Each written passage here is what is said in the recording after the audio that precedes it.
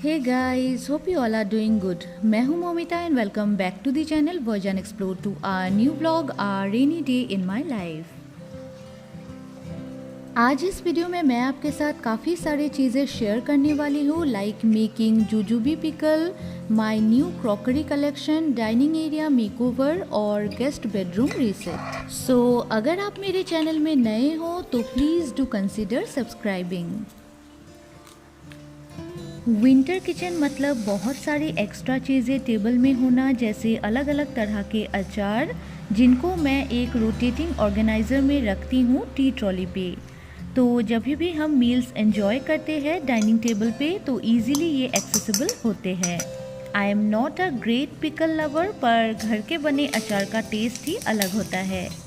मेरी नानी माँ बहुत सारे अलग अलग तरह के अचार बनाती थी, जैसे बेर का अचार, आम का अचार, और जो सर्दियों की धूप होती थी वहाँ पे मेरी नानी माँ की अचार की डिबिया हमेशा ही धूप सेकती थी।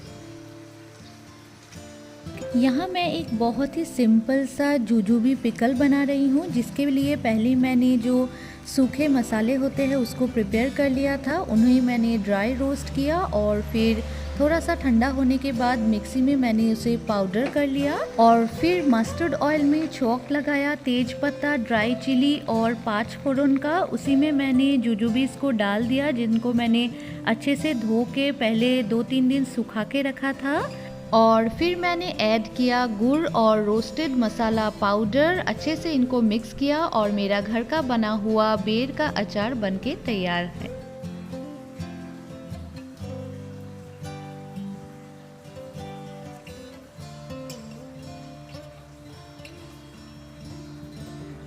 आज मैं हमारा डाइनिंग एरिया मेकओवर करने वाली हूँ। तो ये एक बहुत ही पुराना सा वुडन वॉल क्लॉक है जो पंकुल को गिफ्ट मिला था ट्रांसफ़र के दौरान। तो ये इतने दिनों तक पैक्ड पड़ा हुआ था, इसको मैं आज निकाल के फिक्स कर रही हूँ डाइनिंग रूम के वॉल में लगाने के लिए। बहुत ही खूबसूरत सा है और ये एक वुडन वॉल शेल्फ मैंने बनवाया है। मेरे पास कुछ वुडन प्लैंक्स पड़े हुए थे, उन्हीं से मैंने इसको बनाया है और डाइनिंग रूम के इस वॉल में मैं इसे फिक्स करने वाली हूँ। थोड़ी ही देर में आपको पता चल जाएगा कि यहाँ मैं क्या डेकोरेट करने वाली हूँ।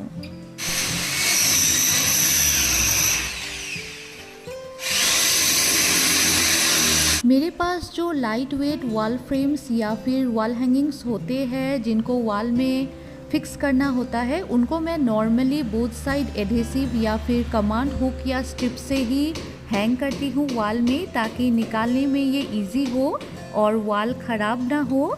पर ये जो वुडन शेल्फ मैंने बनाया है और मेरे ऑयल पेंटिंग्स है वो काफ़ी हैवी है, तो उनको वॉल में लगाने के लिए नेल्स की ही हेल्प लगती है। हमारे घरों में ना बहुत से ऐसे क्रॉकरीज होते हैं जिनको हमने कभी यूज़ ही नहीं किया। मेरे हस्बैंड जिस प्रोफेशन में हैं, यहाँ frequently parties and get togethers होते रहते हैं, जिसके लिए हमें बहुत सारे क्रॉकरीज खरीदने पड़ते हैं एज पर नीड, और कभी कभी गिफ्ट्स में भी आ जाते हैं। सो मेरे पास भी एक बड़ा सा वुडन बॉक्स है जिसको मैंने हमारे गेस्ट बेडरूम में रखा है। कई वीडियोस में मैंने आपके साथ शेयर भी किया है। इसके अंदर मैं मेरे सारे क्रॉकरीज डाल के रखती हूँ जो ओवर द टाइम मेरे पास इकट्ठा हुए हैं। बट देन आई रियलाइज्ड इस तरह से ना बहुत सारे क्रॉकरीज अनयूज्ड ही पड़े रह जाते हैं। तो अभी ज़्यादातर क्रॉकरीज को ना मैं मेरे डाइनिंग रूम के अलग अलग ड्रॉयर्स एंड कैबिनेट्स के अंदर रखती हूँ। तो जब जो मुझे यूज़ करने का मन होता है मैं इजीली उनको निकाल के यूज़ कर पाती हूँ। इस तरह ये इजीली एक्सेसिबल भी हो गए हैं। पर इस बॉक्स में अभी भी बहुत सारे एक्स्ट्रा एंड अनयूज्ड सेट्स हैं जिनको मैंने अभी यूज़ भी नहीं किया है, और क्योंकि हमारा ट्रांसफरेबल जॉब है तो एक साथ सब कुछ निकाल के डिस्प्ले में रखने का कोई मतलब नहीं बनता। इसके अंदर है तो कोई बड़ी पार्टी होती है तब इनको यहाँ से निकाल के यूज़ करती हूँ और फिर आफ्टर यूज़ क्लीन करके पैक करके रख लेती हूँ। हाँ, थोड़ा सा टीडियस प्रोसेस तो है पर कुछ कर नहीं सकते इसका। ये वुडन बॉक्स ना पेंट नहीं हुआ है, इसीलिए मैं इसे खुला नहीं छोड़ सकती, अच्छा नहीं दिखता। इसको मुझे किसी टेबल क्लॉथ से या बेडशीट से कवर करके रखना पड़ता है, पर जल्द ही मैं इसे पेंट कराने वाली हूँ, तब मैं इसे ओपन ही रख सकूँगी।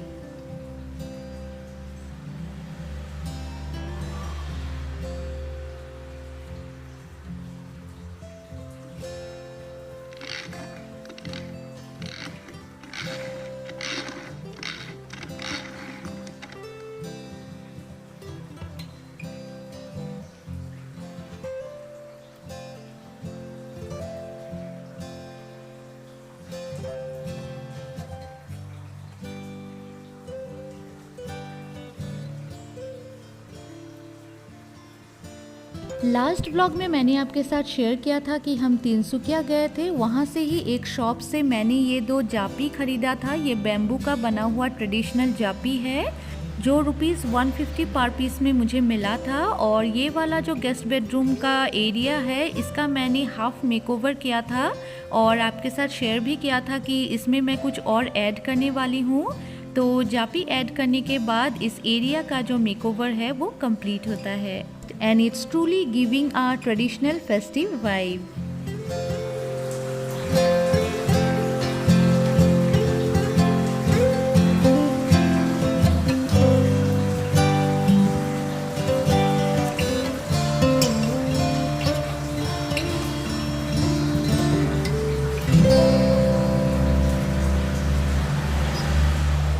तो रिसेंटली ही मुझे कुछ पार्सल्स रिसीव हुए हैं जिनके अनबॉक्सिंग मैं अभी करने वाली हूँ।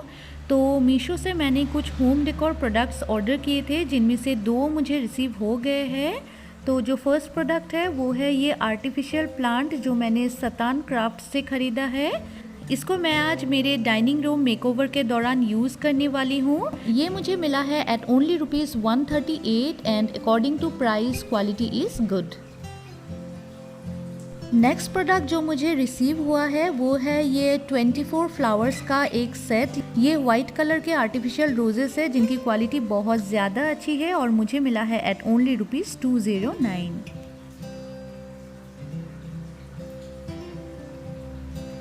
क्रॉकरीज कलेक्ट करने का मुझे बड़ा शौक है। आई फील कोई भी मील आप एंजॉय करते हो, चाहे वो कितना भी टेस्टी क्यों ना हो, अगर आप उसको थोड़ा सा फैशनेबल और स्टाइलिश वे में प्रेजेंट करो ना, तो खाना और भी ज़्यादा टेम्पटिंग हो जाता है। Presentation matters. चाहे आप किसी गेस्ट को सर्व कर रहे हो या फिर खुद ही यूज़ कर रहे हो, द लुक और the presentation of the food can make you more hungry. Recently, I purchased a few crockeries from 2 different online stores, जिसके डिटेल्स मैं स्क्रीन में मेंशन कर दूंगी।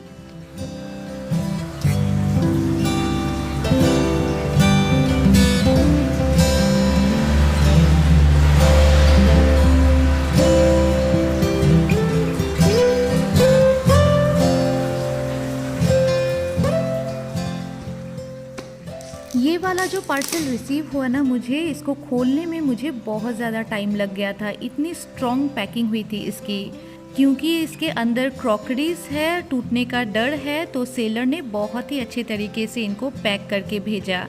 खोलने में थोड़ा सा मुश्किल था और जो मेस इसने क्रिएट किया वो तो आप स्क्रीन में देख ही सकते हो। तो सबसे पहले इस मेस को मैंने क्लियर किया और फिर एक एक करके सारी चीज़ें ओपन की।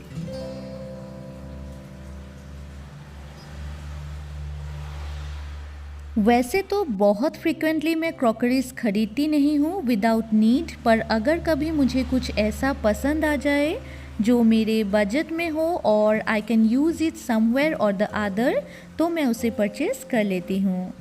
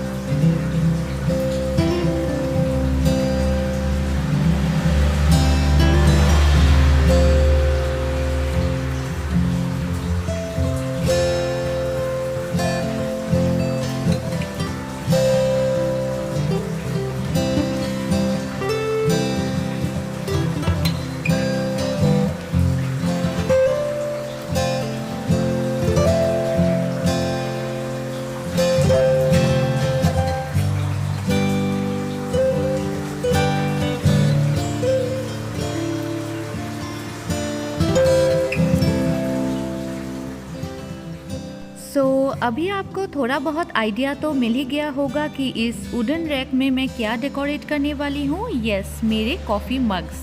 कुछ तो मैंने रिसेंटली ही परचेज़ किया है और कुछ मेरे पास पहले से ही थे, जिनको मैं अच्छे से इस रैक में डेकोरेट करने वाली हूँ ताकि ये हमेशा डिस्प्ले में ही रहे।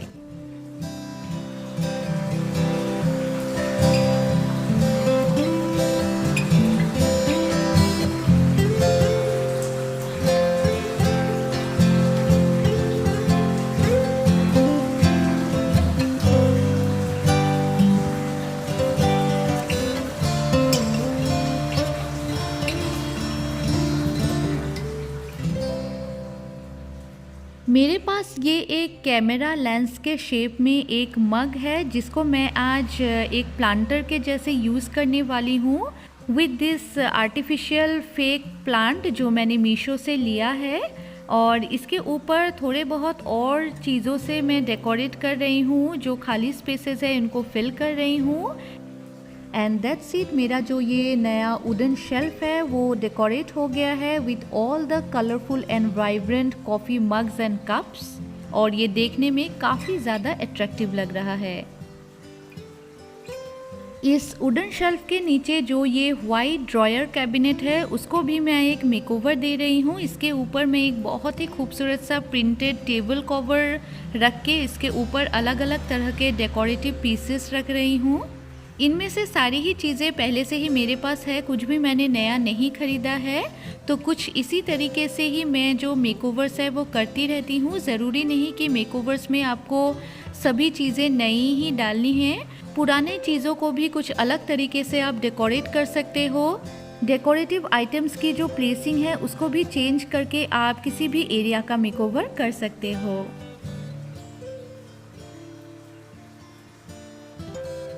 यहाँ मैं एक बहुत ही सिंपल सा और यूनिक सा DIY करने वाली हूँ। ये एक अनयूज्ड ट्राइपॉड स्टैंड है जो मेरी सिस्टर का है, घर गई थी तो उससे मैं लेकर आई थी। इसको मैं अभी यूज़ करने वाली हूँ एज ए लैम्प शेड। तो इसके ऊपर मैंने ये जो प्लग पॉइंट होता है ये सारा सब कुछ लगवा लिया इलेक्ट्रिशियन से।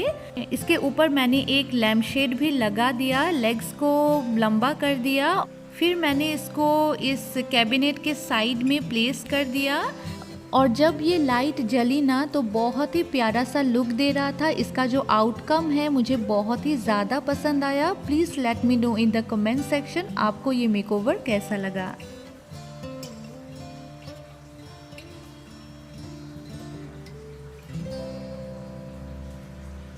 इसी के साथ मेरे डाइनिंग टेबल को भी एक मेकओवर मैं दे रही हूँ। तो एक वाइट एंड येलो कलर का बेडशीट मैंने यहाँ पे बिछाया है जो काफ़ी ब्राइट लगता है देखने में। उसके ऊपर मैंने कॉन्ट्रास्टिंग ब्लू कलर के टेबल रनर्स एंड प्लेसमेट्स बिछाए हैं ताकि ये contrasting effect they. And that's it, मेरा जो ये डाइनिंग रूम मेकओवर है ये कंप्लीट होता है गाइज। आई होप आप लोग को आज का ये वीडियो पसंद आया होगा।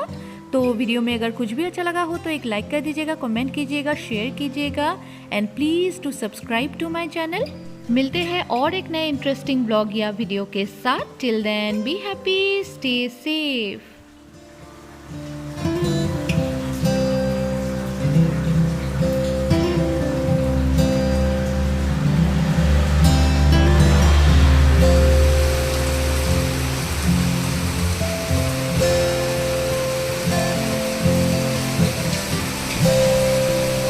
Hehehe